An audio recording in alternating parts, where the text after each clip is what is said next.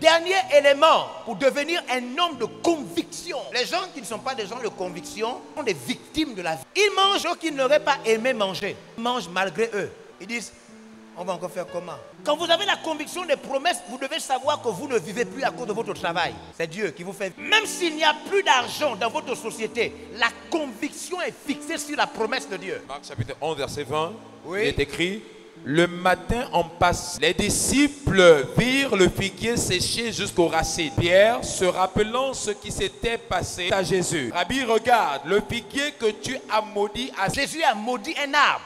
Le lendemain, on s'est rendu compte que l'arbre a complètement séché. Il prit la parole et leur dit: et la foi en Dieu. Je vous le dis en vérité, quelqu'un dit à cette montagne: ôte-toi de là, jette-toi dans la mer, et s'il ne doute point en son cœur, croit que ce qu'il dit arrive, il le verra s'accomplir. S'il croit dans son cœur que ce qu'il dit est vrai, ses yeux vont voir ce que sa bouche a dit et que son cœur a cru. Tu dis, tu crois, tu vois. Mais si tu dis, et si dans ton cœur tu doutes, tes yeux ne peuvent pas voir. Deux fois ton cœur croit, mais ta bouche dit la mauvaise chose. Quand vous êtes convaincu, personne ne peut vous arrêter.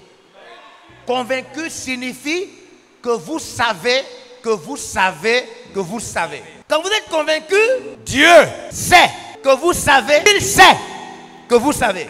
Quand vous êtes convaincu, Satan sait que vous savez, qu'il sait que vous savez, qu'il ne peut rien vous faire.